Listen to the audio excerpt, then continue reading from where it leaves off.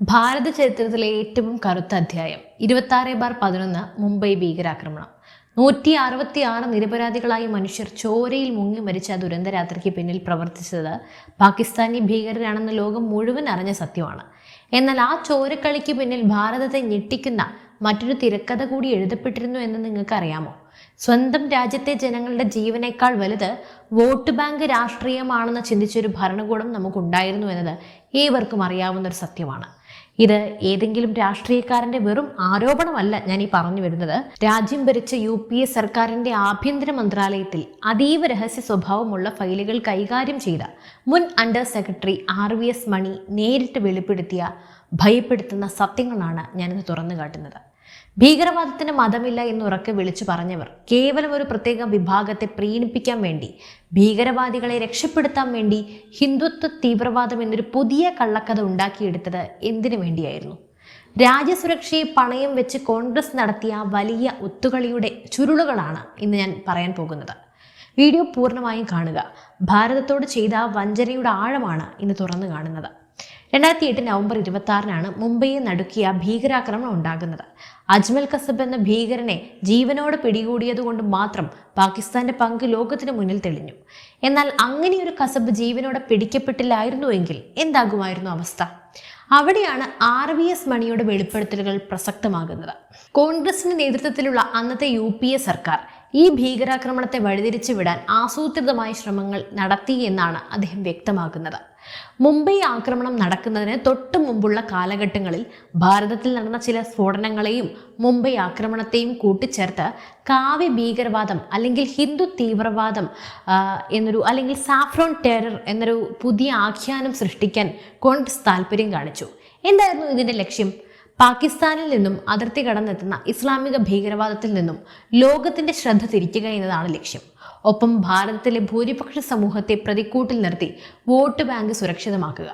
ഒരു പരമാധികാര രാജ്യത്തിന്റെ ഭരണാധികാരികൾക്ക് എങ്ങനെയാണ് സ്വന്തം രാജ്യത്തെ ഭീകരവാദികളുമായി ഒത്തുതീർപ്പിലെത്താൻ സാധിക്കുന്നത്?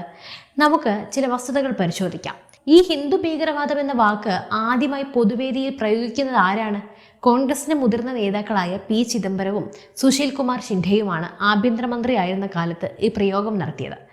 RVS മണി തന്റെ പുസ്തകമായ the myth of Hindu terror, Hindu ഭീകരവാദം എന്ന മിഥ്യ എന്ന പുസ്തകത്തിലും തുടർന്നുള്ള അഭിമുഖങ്ങളിലും വ്യക്തമാക്കുന്ന ചില നിർണായകമായ വിവരങ്ങൾ ഞാൻ പറയാം. കസബിന്റെ കയ്യിലെ ചുവന്ന നൂൽ, അതായത് ഭീകരാക്രമണ സമയത്ത് പിടിയിലായ അജ്മൽ കസബിന്റെ കയ്യിൽ ഒരു ചുവന്ന നൂല് കെട്ടിയിരുന്നു. അയാളുടെ കയ്യിൽ സമീർ ചൗധരി എന്ന പേരിലുള്ള വ്യാജ തിരിച്ചറിയൽ കാർഡും ഉണ്ടായിരുന്നു. ഇത് പാകിസ്ഥാന്റെ ISI ആസൂത്രണം ചെയ്തതായിരുന്നു. എന്തിനാണെന്നറിയോ? ഈ ആക്രമണം നടത്തിയത് ഹിന്ദുക്കളാണെന്ന് വരുത്തി തീർക്കാൻ വേണ്ടി. എന്നാൽ ഇവിടെ ഞെട്ടിക്കുന്ന കാര്യം, പാകിസ്ഥാൻ തയ്യാറാക്കിയ അതേ തിരക്കഥ തന്നെയാണ് അന്നത്തെ ഡൽഹിയിലെ കോൺഗ്രസ് ഭരണകൂടവും ആവർത്തിക്കാനായി ശ്രമിച്ചത് എന്നതാണ്. പിന്നെ സഞ്ജയ് നിരുപമിന്റെയും ദിഗ്വിജയ് സിംഗിന്റെയും ഇടപെടലുകളാണ് അടുത്തത്. മുംബൈ ആക്രമണത്തിൽ കൊല്ലപ്പെട്ട ഹേമന്ത് കർക്കറയുടെ മരണത്തെക്കുറിച്ച് കോൺഗ്രസ് നേതാവ് ദിഗ്വിജയ് സിംഗ് ഉയർത്തിയ ആരോപണങ്ങൾ ഒന്ന് ഓർത്തു നോക്കാം. 26/11 RSS കോൺസ്പിറസി എന്ന പുസ്തകം പ്രകാശനം ചെയ്തത് ഇതേ ദിഗ്വിജയ് സിംഗ് ആണ്.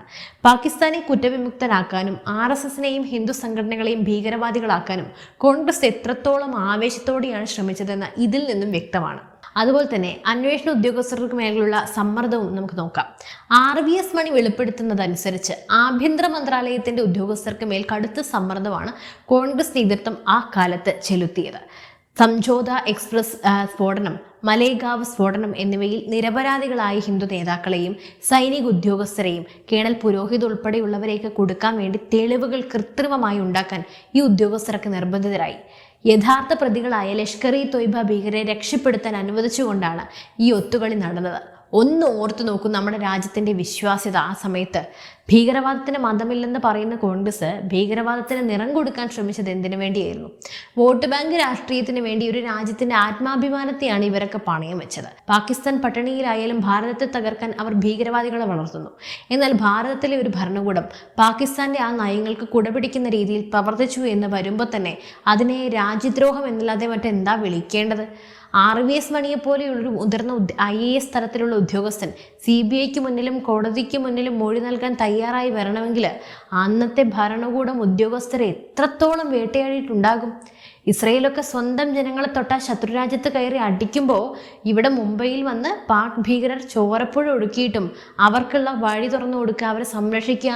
അന്നത്തെ UPA സർക്കാർ പാകിസ്ഥാനെതിരെ ശക്തമായ ഒരു സൈനിക നടപടി പോലും സ്വീകരിച്ചിട്ടില്ല, ഓർക്കുന്നില്ലേ? അതിന് പകരം ആഭ്യന്തരമായി രാഷ്ട്രീയ ലാഭം ഉണ്ടാക്കാൻ വേണ്ടി ഹിന്ദു തീവ്രവാദം എന്ന വ്യാജ കാർഡിറക്കി കളിക്കുകയായിരുന്നു ഇതുങ്ങളൊക്കെ. ഇത് രാജ്യത്തെ ജനങ്ങളോടുള്ള കടുത്ത വഞ്ചനയല്ലേ?